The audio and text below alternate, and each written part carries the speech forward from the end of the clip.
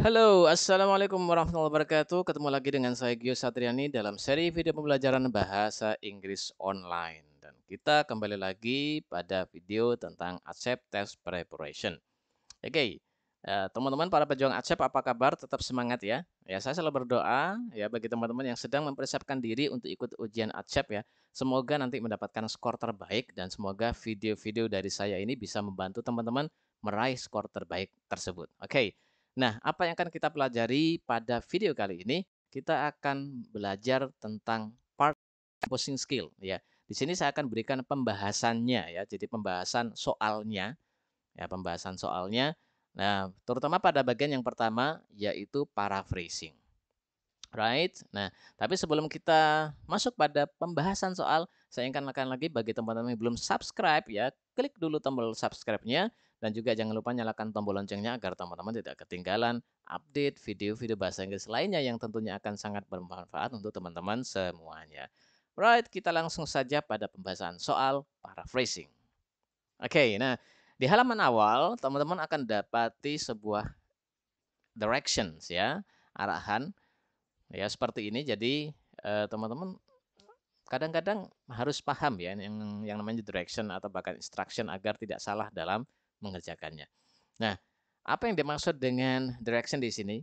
Nah, di sini ya ada tertulis in this section of the test ya, pada sesi tes ini you are required to demonstrate your ability. Anda ya atau kalian perlu untuk mendemonstrasikan, menunjukkan your ability, kemampuanmu to paraphrase, untuk memparafrase ya, sentences, kalimat-kalimat, and to recognize, dan untuk mengenali language atau bahasa that is not appropriate for standard written English, yang tidak sesuai dengan bahasa Inggris tulis yang standar.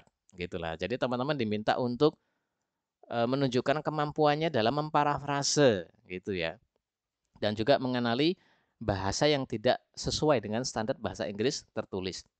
Artinya it's about grammar. Itu tentang grammar ya. There are 5 parts to this section with special direction for each part. Nah, di sini ada tertulis ya. There are 5 parts, ada 5 bagian ya to this section pada sesi ini, yaitu composing skill itu. Ada 5 bagian with special direction for each part. Ya, dengan special direction, dengan arahan-arahan tertentu ya pada setiap bagiannya. Jadi begitu beralih pada bagian 1, bagian 2, bagian 3 itu nanti ada arahannya ya. Oke, nah sekarang kita lihat bagian yang pertama ya, part A. Oke, ada direction lagi. Number 1 to 10 contain complete and correct sentences. Nomor 1 sampai 10 mengandung kalimat yang sudah lengkap dan benar. Artinya grammarnya sudah betul ya. Terus apa yang harus dilakukan? For each number, di setiap nomornya you are required, kamu perlu untuk choose, memilih the most appropriate paraphrase sentence. Memilih kalimat yang sudah diparafrase ya. Ya, kalimat yang sudah diparafrase closest in meaning, dengan makna yang paling mendekati to the original one. Ya, mendekati dari kalimat aslinya atau kalimat pada soal gitu ya. Jadi ada soal kemudian ada pilihan jawaban yang berupa parafrase dari soal tersebut. Nah, kita lihat realnya seperti apa. Nah, seperti ini ya.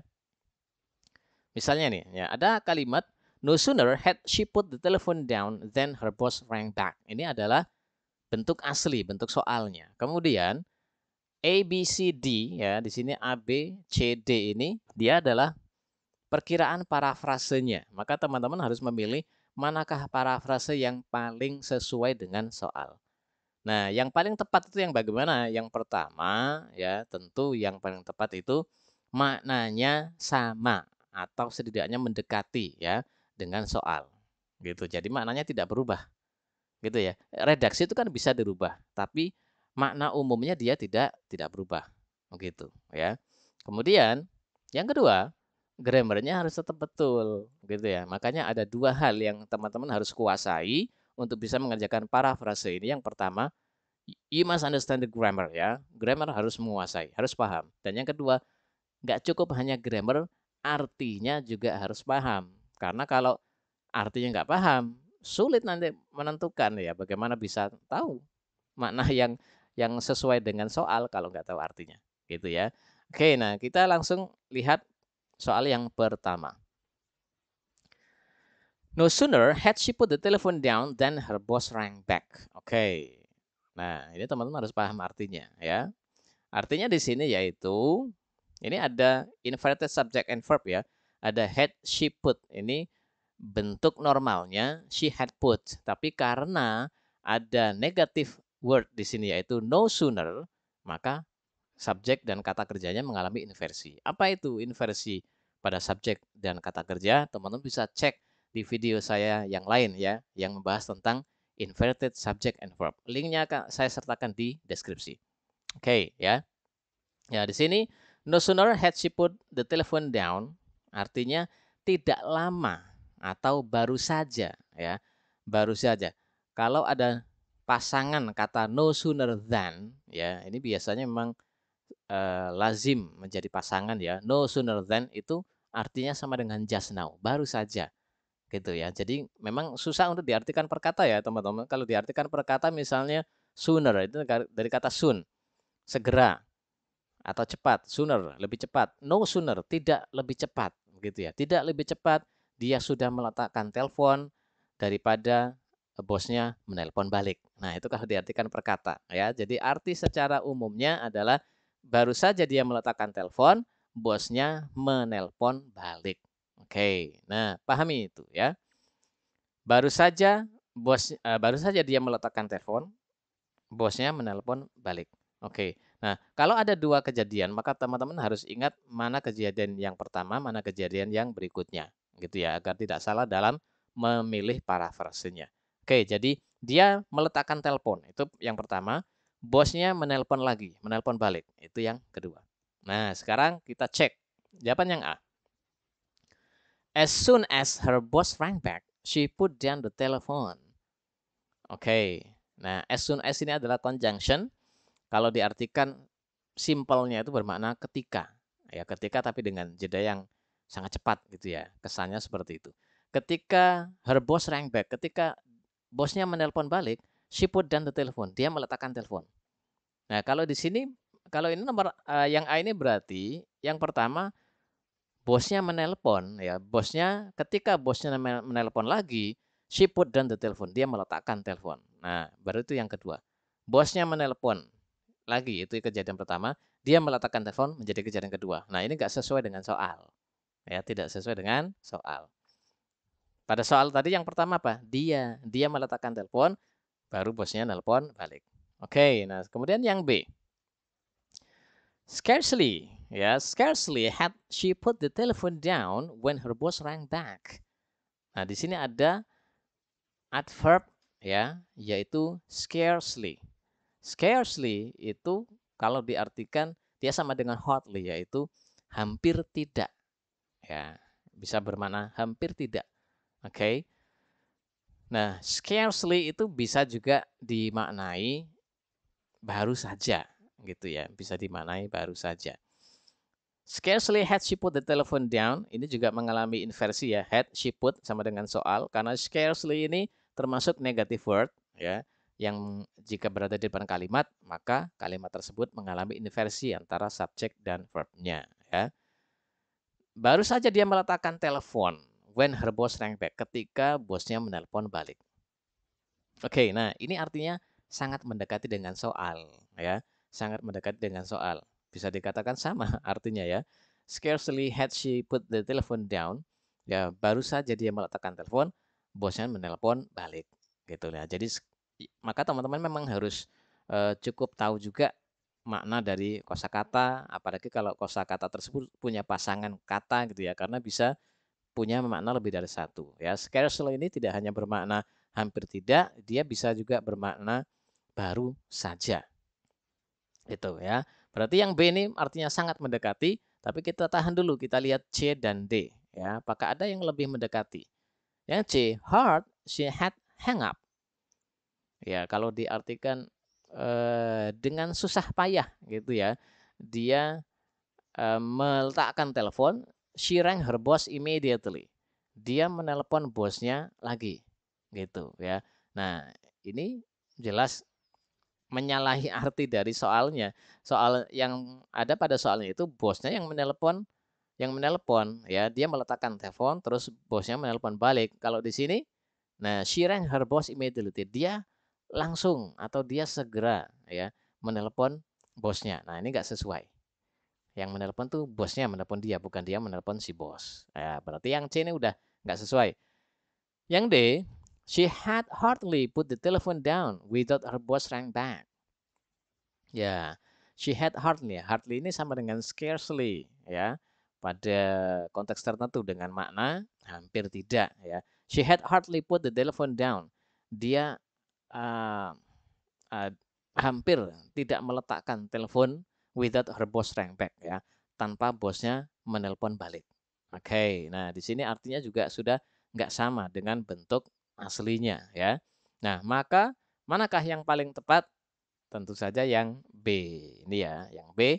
Nah, di sini tipe soal pada paraphrasing yang nomor 1 ini dia menggunakan, ya, menggunakan perubahan kata.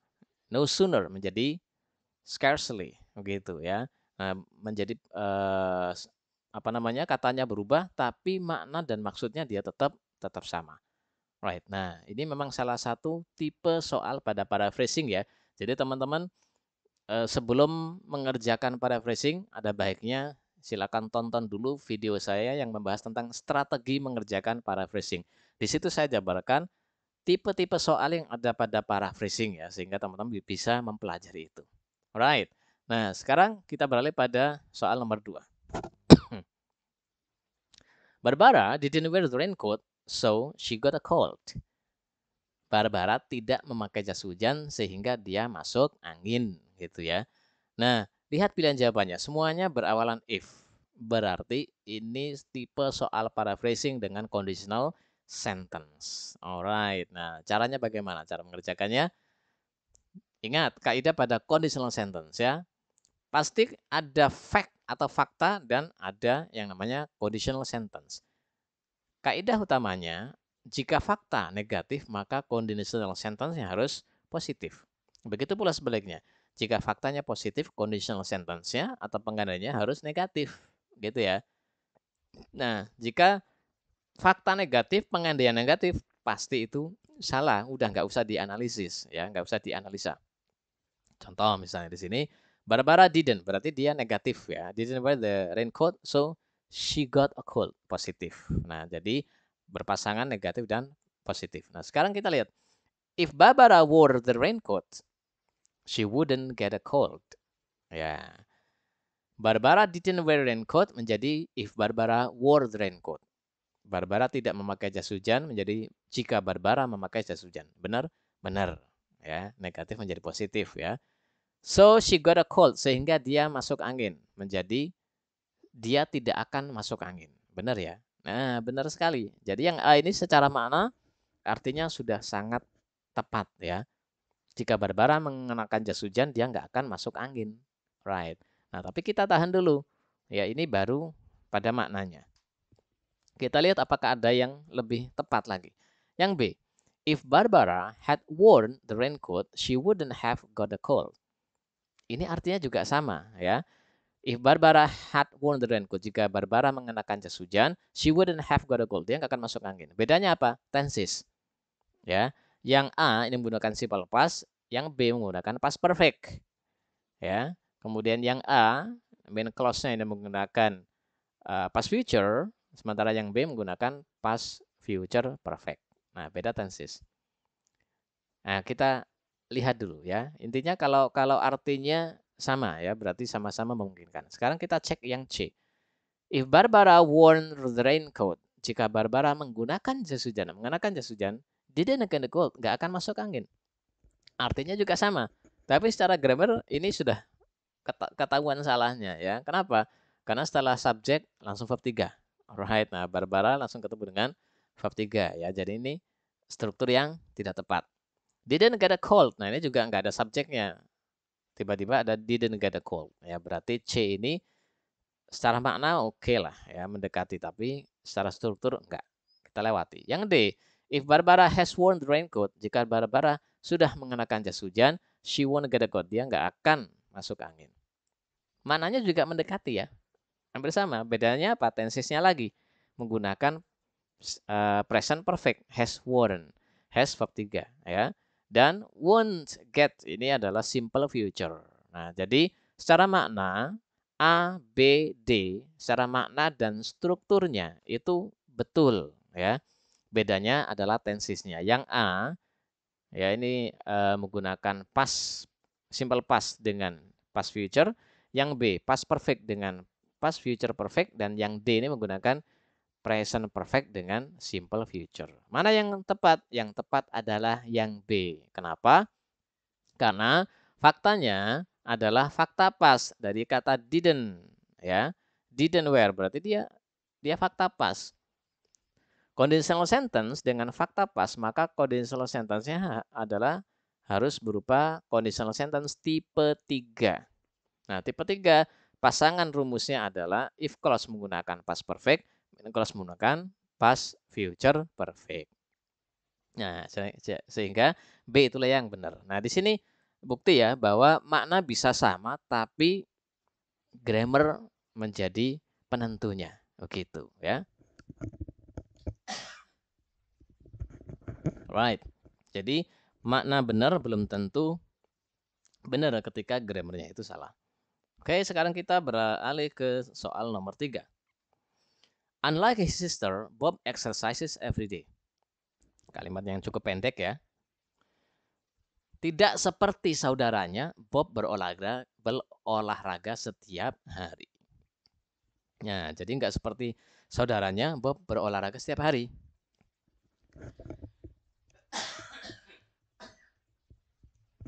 Oke, so sorry agak batuk ya teman-teman. Ya, yang berolahraga siapa? Bob. Berarti yang nggak berolahraga saudaranya. Nah, ini harus diingat ya. Yang berolahraga adalah si Bob, saudaranya nggak berolahraga. Kita lihat yang A. Bob and his sister exercise every day. Bob dan saudaranya olahraga setiap hari, benar nggak? Enggak. Ya, yang berolahraga cuma Bob, saudaranya mah enggak ya. Berarti yang A ini salah.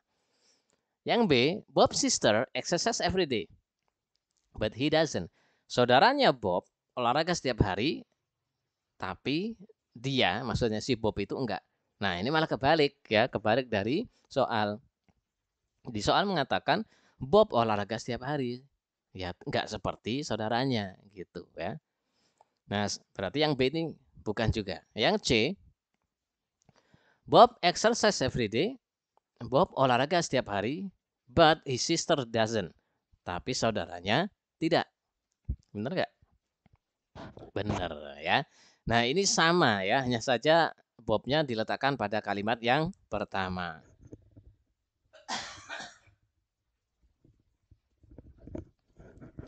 Alright.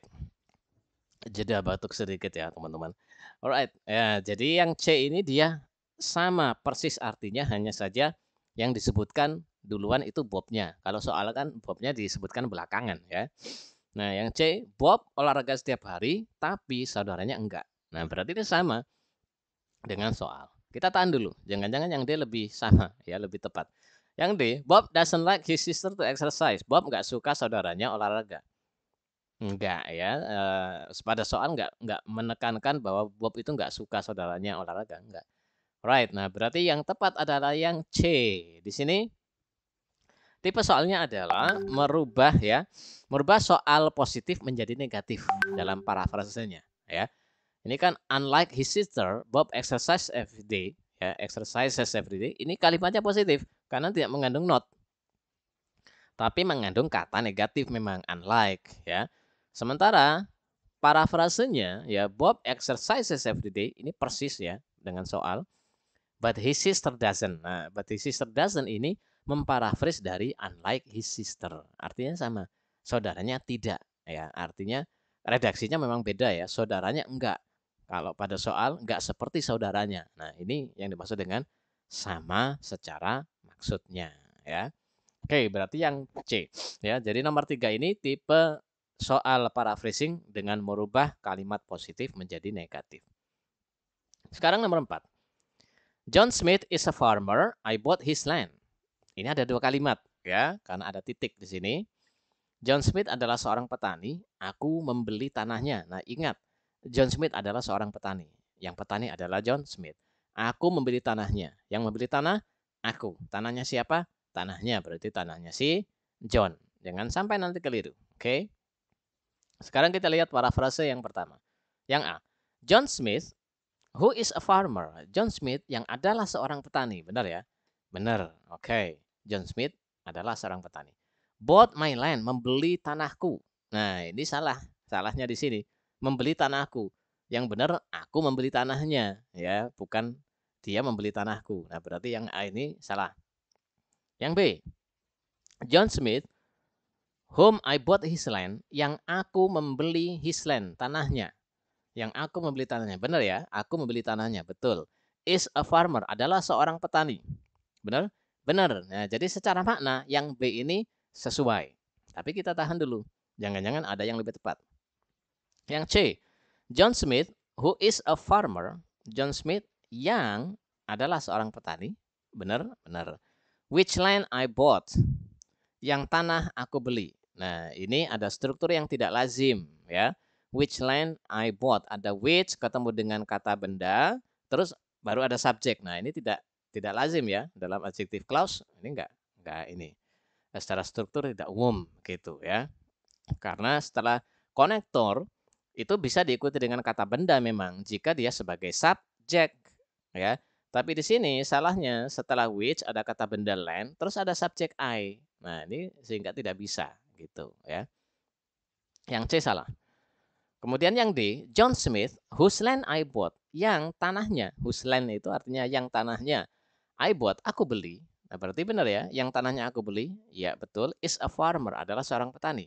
Nah, berarti yang D ini kalau diartikan sekilas sama dengan B. Sama-sama yang tanahnya aku beli, adalah seorang petani, gitu. Tapi yang tepat yang mana? Yang tepat adalah yang D ya, teman-teman. Yang B ini salah. Kenapa salah? Nah, lihat di sini kaidah pada adjective clause-nya ya. Ada konektor whom ketemu dengan subjek I. Benar nggak? Benar. Whom itu ketemunya memang harus dengan subjek ya. Dan setelah subjek ada kata kerja. Benar ya, setelah subjek harus kata kerja. Salahnya di mana? Salahnya ada his land. Tanahnya di sini. Kenapa? Nah, karena his land di sini karena dia terletak setelah kata kerja bought, berarti his land ini sebagai objek.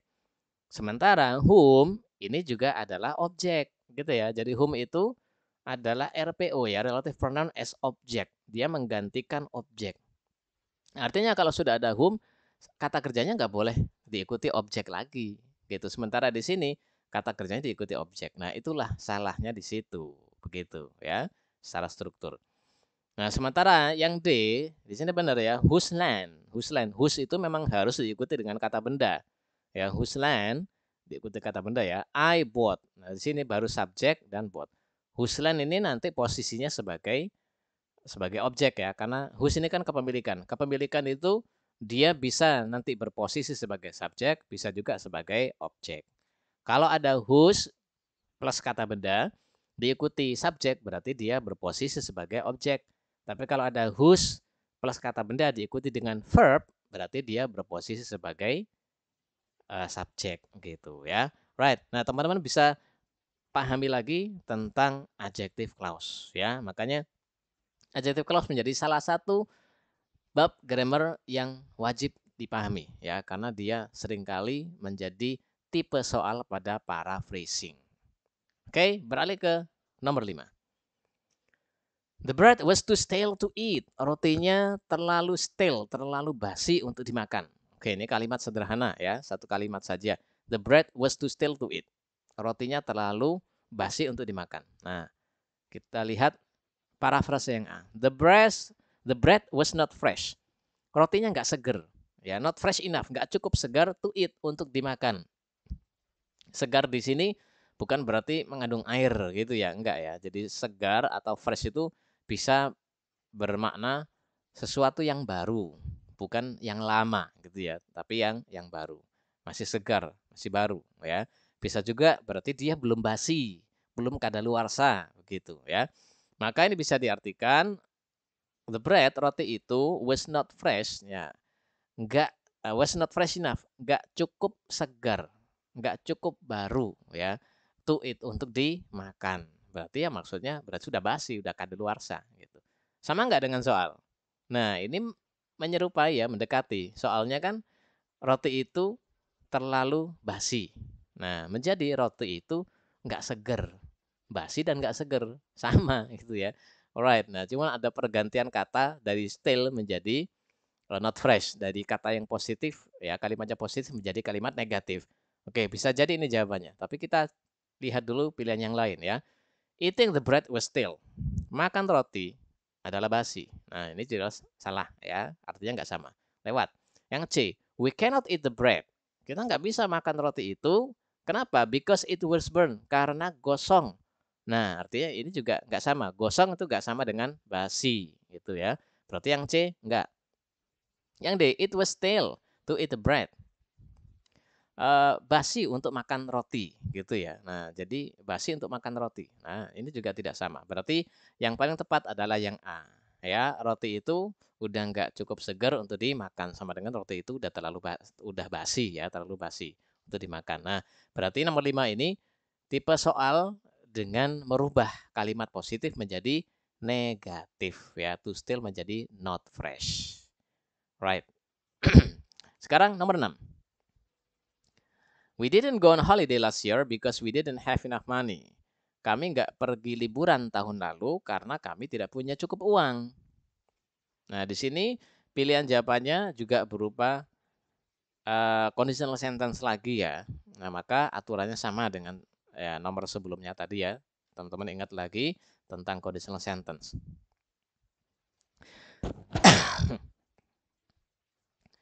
Nah, yang A. Nah, pahami tadi ya soalnya. Kami nggak pergi liburan tahun lalu karena kami tidak punya cukup uang. Nah, yang A. If we hadn't had enough money.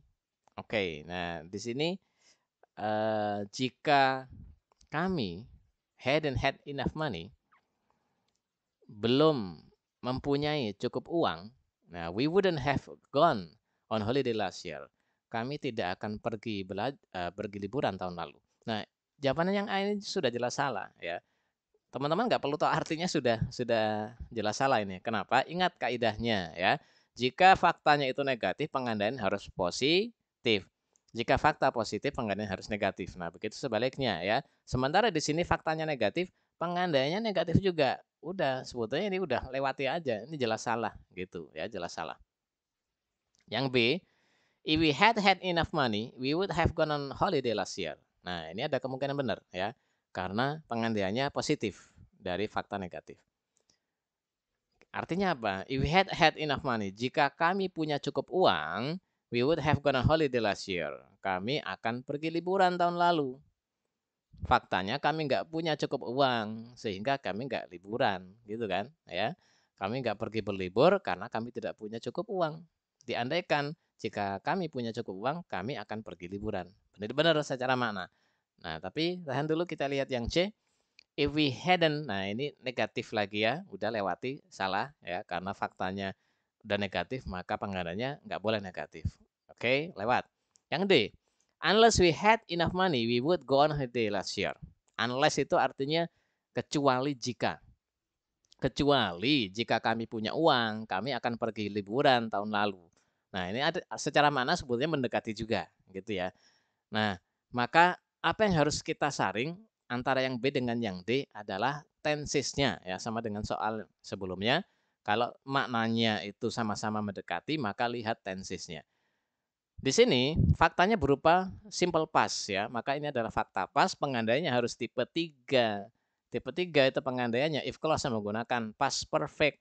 B ini we had enough money, ini past perfect ya, if clause-nya. Sementara yang D we had enough money, dia hanya simple past. Nah, dari situ sudah kelihatan. Manakah yang benar? Yang benar adalah yang B, gitu ya, berdasarkan pola rumusnya. Oke, gitu ya. Nah, berarti nomor 6 ini tipe soal dengan menggunakan conditional sentence lagi. Let's go to number 7. People protesting against pollution are marching to London. People, kata benda, langsung diikuti dengan protesting, verb ing. Ini berarti bentuk reduced adjective clause ya. Reduce adjective clause itu ciri-cirinya ada kata benda langsung diikuti dengan verb ing. Berarti dia maknanya aktif. Bisa juga diikuti dengan verb 3. Dia bermakna pasif. Oke ya. Nah, berarti dia reduce adjective clause. Orang yang memprotes polusi itu, orang-orang ya, yang memprotes polusi itu sedang berjalan ke London. Nah, parafrasenya bagaimana? Yang A. People who protest against pollution are marching to London. Nah, parafrasenya berupa adjective clause tanpa reduksi ya, tanpa direduce. Soalnya berupa reduce adjective clause, tapi parafrasenya berupa full adjective clause ya. People who protest against pollution are marching to London. Artinya apa? Orang yang memprotes polusi sedang berjalan ke London. Berarti artinya sama.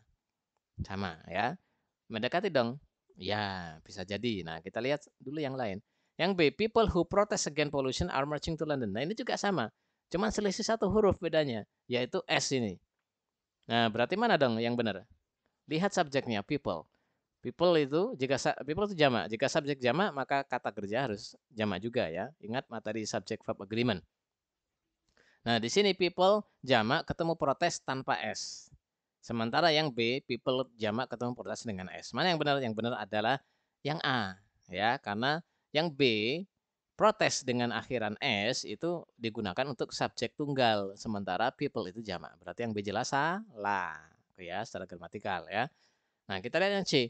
People who protesting against pollution are marching to London. Nah, yang C ini juga salah. Salahnya di mana?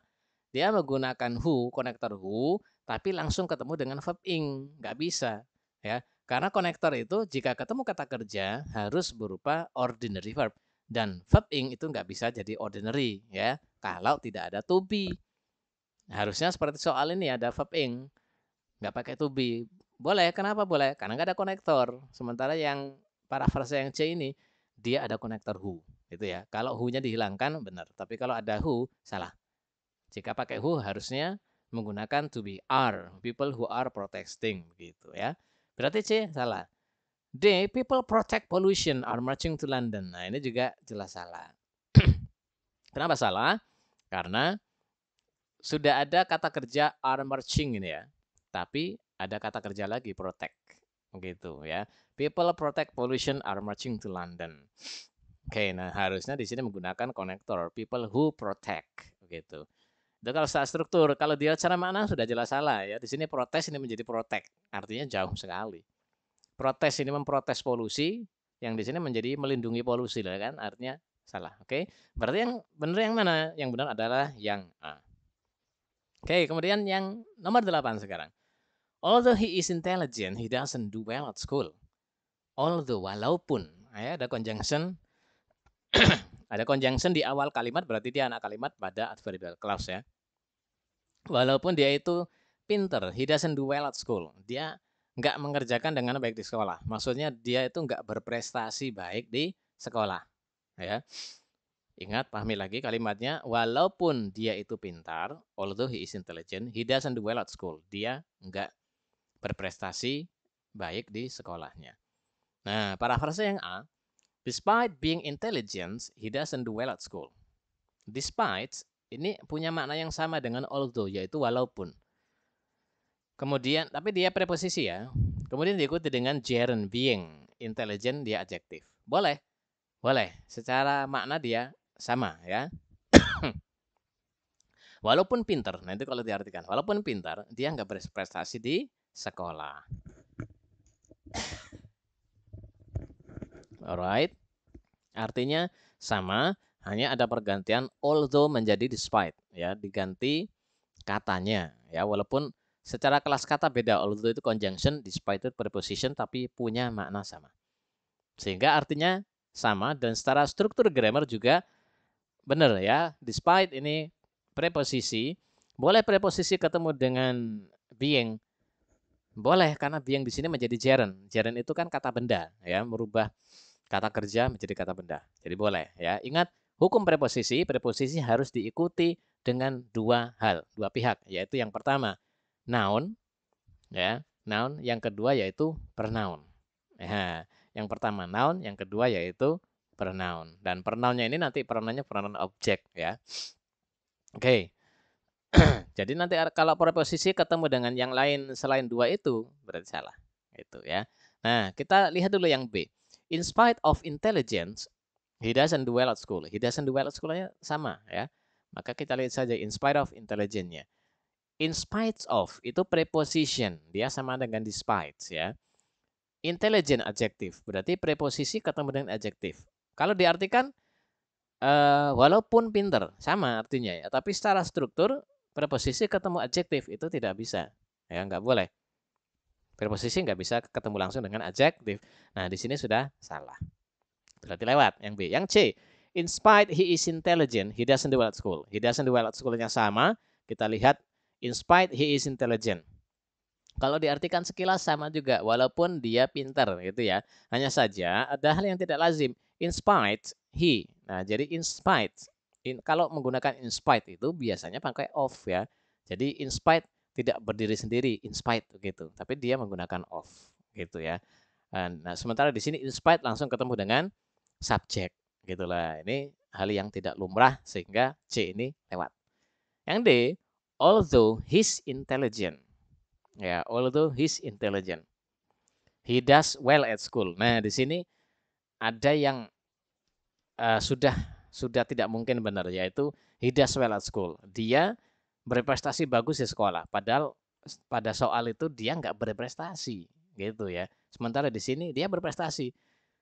Struktur boleh berubah menjadi negatif ke positif, positif ke negatif ya, tapi makna tidak boleh ya, makna nggak boleh. Karena yang dipertahankan pada parafrase itu adalah makna, bukan struktur ya.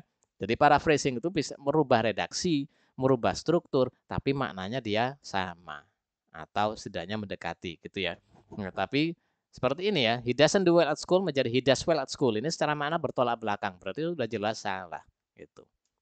Oke, berarti yang benar yang mana? Yang benar adalah yang A. Oke, berarti ini nomor 8 ini tipe soal paraphrasing ya dengan merubah kata ya. Merubah kata tapi kata tersebut punya makna yang sama. Alright, although menjadi despite. Oke, let's go to number 9. Nomor 9. People have discovered a new source of energy. Orang telah menemukan sumber baru energi. Orang menemukan sumber baru energi ya. Kita lihat parafrase yang A. A new source of energy, sumber baru energi have been discovered by people. Sudah ditemukan oleh orang. Benar nggak? Benar secara makna ya, merubah kalimat aktif menjadi pasif. Yang asalnya orang telah menemukan sumber energi yang baru ya, menjadi sumber energi yang baru telah ditemukan oleh orang. Begitu. Benar ya. Nah, tapi nggak berhenti di sini. Apakah grammarnya sudah benar? Lihat. A new source of energy. Itu tunggal, ada a. Have. Nah, have itu jamak. Berarti sudah nggak agree ya. Subject verb agreement-nya tidak sesuai. Berarti yang A ini salah. Secara grammar ya, dia salah. Yang B. New source of energy has discovered. Sumber energi yang baru has discovered, telah menemukan. Nah, ini juga salah. Artinya orang menemukan sumber energi yang baru. Nah, sementara yang B ini parafrasenya sumber energi yang baru telah menemukan. Nah, kan beda, ya. Yang menemukan bukan sumber energi, orang menemukan sumber energi, gitu ya. Kita lihat yang C. A new source of energy has been discovered. Sumber energi yang baru has been discovered, telah ditemukan. Berarti benar nggak? Betul ya. Soalnya people have discovered new source of energy. Orang telah menemukan sumber energi yang baru. Dirubah menjadi sumber energi yang baru telah ditemukan. Walaupun tidak disertakan by people ya, tapi intinya adalah benar, sumber energi yang baru telah ditemukan. Grammarnya benar. Benar juga karena menggunakan has ya.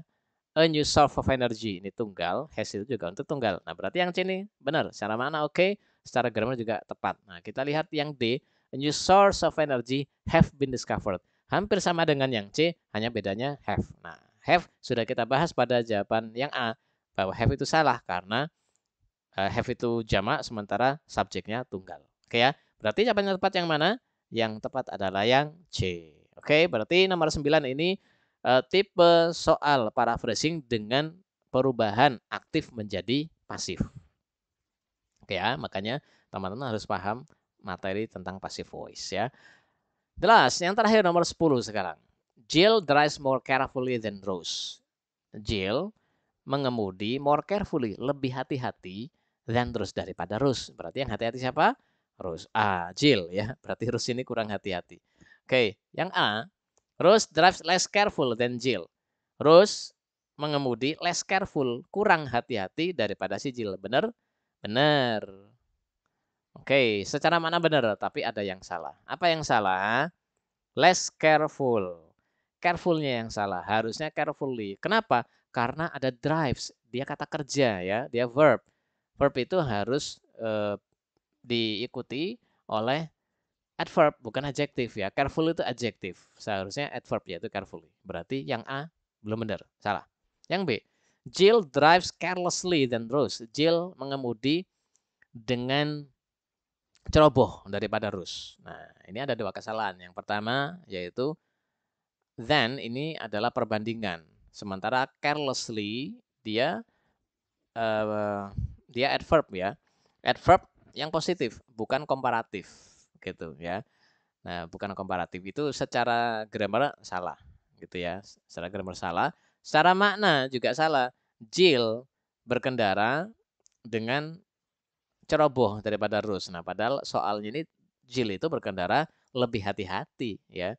Careful bukan careless. Alright. Yang C, Jill is more careful driver than Rose. Jill adalah more careful driver, pengemudi yang lebih careful, lebih hati-hati daripada Rose. Benar nggak? Ya, coba perhatikan. Pada soal disebutkan Jill mengemudi lebih hati-hati daripada Rose. Parafrasenya, Jill adalah pengemudi atau sopir yang lebih hati-hati daripada Rose. Benar? Benar. Secara mana benar? Walaupun beda redaksi ya. Pada soal menggunakan drives, kata kerja yaitu mengemudi, nyopir. Sementara parafrasanya driver, pengemudi atau sopir. Nah, tapi secara makna utuhnya itu sama. Mengemudi lebih hati-hati menjadi pengemudi yang lebih hati-hati. Nah, grammarnya ini benar karena careful ini adjektif, driver itu noun, gitu ya. Right? Jadi adjektif menjelaskan noun. Yang D ini mirip dengan yang C. Jill is more carefully driver than Rose. Nah, bedanya apa? Carefully. Yang D ini salah. Salahnya pada carefully. Kenapa? Karena carefully itu adverb, driver itu noun. Ya, adverb tidak bisa menjadi penjelas dari noun. Yang menjadi penjelas dari noun adalah adjektif. Nah, berarti yang C itu yang paling tepat. Oke, nah berarti nomor 10 ini tipe soal paraphrasing dengan merubah kelas kata yang asalnya drives menjadi driver, yang asalnya carefully menjadi careful. Tapi secara makna dia masih sama, gitu ya. Oke, nah berarti teman-teman juga harus paham itu tentang adjektif, adverb, gitu ya. Right? Oke teman-teman, jadi ini dia 10 soal paraphrasing ya. Salah satu bagian dari composing skill. Nah, beserta pembahasannya sudah kita bahas secara tuntas tadi. Nah, jika teman-teman masih ada yang perlu ditanyakan, silakan tulis di kolom komentar. Ya, kita akan lanjutkan pembahasan soal pada composing skill ya untuk part yang kedua di video selanjutnya.